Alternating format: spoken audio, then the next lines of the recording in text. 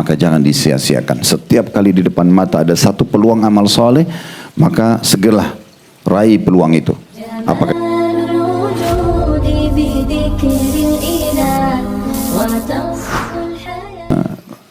perlu kita renungi bersama-sama, kalau seperti hari ini kita sama-sama masih bisa membuka mata kita masih bisa melanjutkan estafet kehidupan. Ini adalah hari emas kita, hari yang paling mahal dalam hidup kita, karena sesuatu yang lalu sudah berlalu. Sesuatu yang akan datang kita belum tahu apakah kita masih bisa hidup atau tidak. Hari ini dan setiap hari Bapak Ibu membuka matanya, jadikan sebagai hari emasnya. Anggap ini hari terakhir kita hidup. Hari di mana kesempatan emas kita meningkatkan kuantitas dan kualitas ibadah masa lalu kalau kita sudah kerjakan. Kalau ada yang belum kita sempurnakan, kesempatan kita sempurnakan ibadah itu. Kalau ada yang belum kita kerjakan, kesempatan kita kerjakan.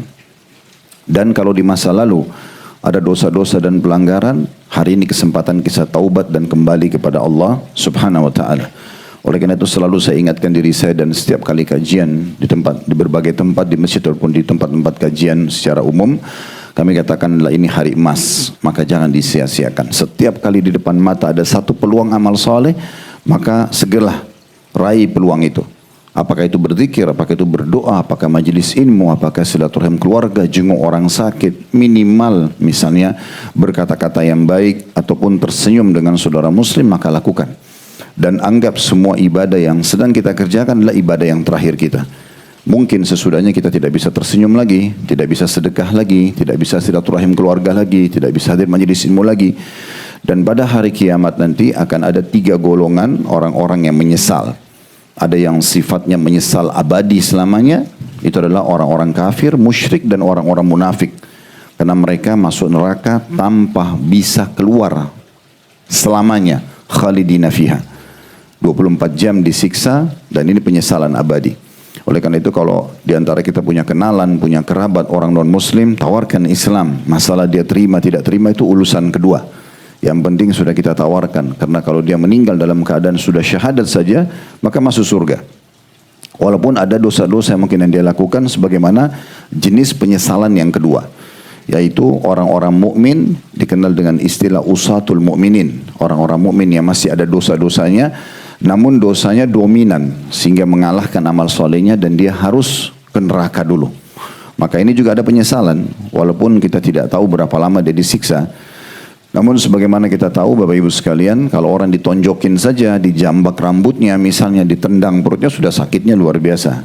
Nah, apalagi mungkin 1-2 kali, apalagi kalau digebukin sampai setengah jam, sampai 1 jam. Banyak orang yang sudah meninggal dunia dengan hukuman seperti ini.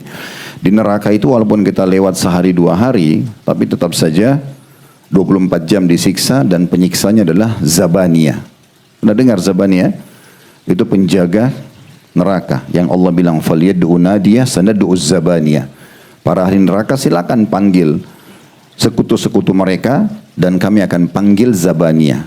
Dalam sebuah hadis disebutkan Zabaniyah itu malaikat penjaga neraka yang menyiksa.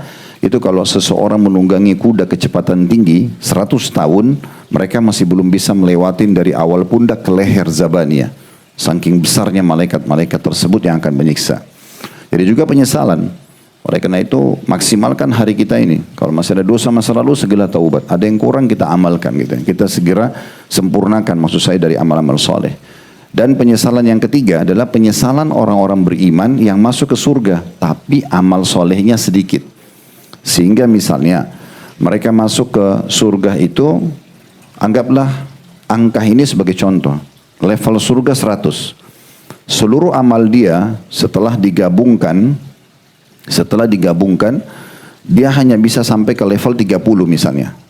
Misalnya dia hidup 50-70 tahun, seluruh amal solehnya hanya bisa menyampaikan dia ke level 30. Nah di saat itu, firman Allah SWT berlaku, khalidina fiha, kekal selamanya. Artinya sekali dia masuk ke level 30, dia akan di level 30 tidak bisa pindah, kekal selamanya di situ. Jadi nanti kalau dia bertemu dengan temannya, kerabatnya, ternyata kerabatnya ini karena selama ini rajin puasa Senin Kamis, rajin berzikir, yang selama ini selalu dianggap remeh, sudahlah cuma puasa Senin Kamis kan cuma sunnah, cuma zikir habis sholat. Tapi kan Amal soleh itu sifatnya akumulasi. Diakumulasi. Sehingga teman atau kerabatnya tadi berada di level 35 saja atau 40. Fasilitasnya lebih bagus. Di saat itu dia tidak bisa lagi pindah yang tadi 30 ini ke level temannya atau kerabatnya tadi. Kecuali ada keadaan-keadaan tertentu yang Allah memang rahmati. Misalnya suami dan istri mereka saling mendukung dalam amal saleh, mungkin itu bisa bertemu, diangkat ke level yang di atasnya. Tapi umumnya orang akan kekal di keadaan tersebut. Dan di saat itu ahli surga yang memiliki level-level di bawah, amalnya selalu pas-pasan, itu akan menyesal. Mereka akan menyesal, coba dulu saya di dunia itu juga zikir habis sholat. Coba saya selalu jaga zikir pagi petang. Coba sholat duha saya rutin 4 rakaat misal. Nah itu juga termasuk penyesalan. Oleh karena itu kita harus maksimalkan dan kita bersyukur.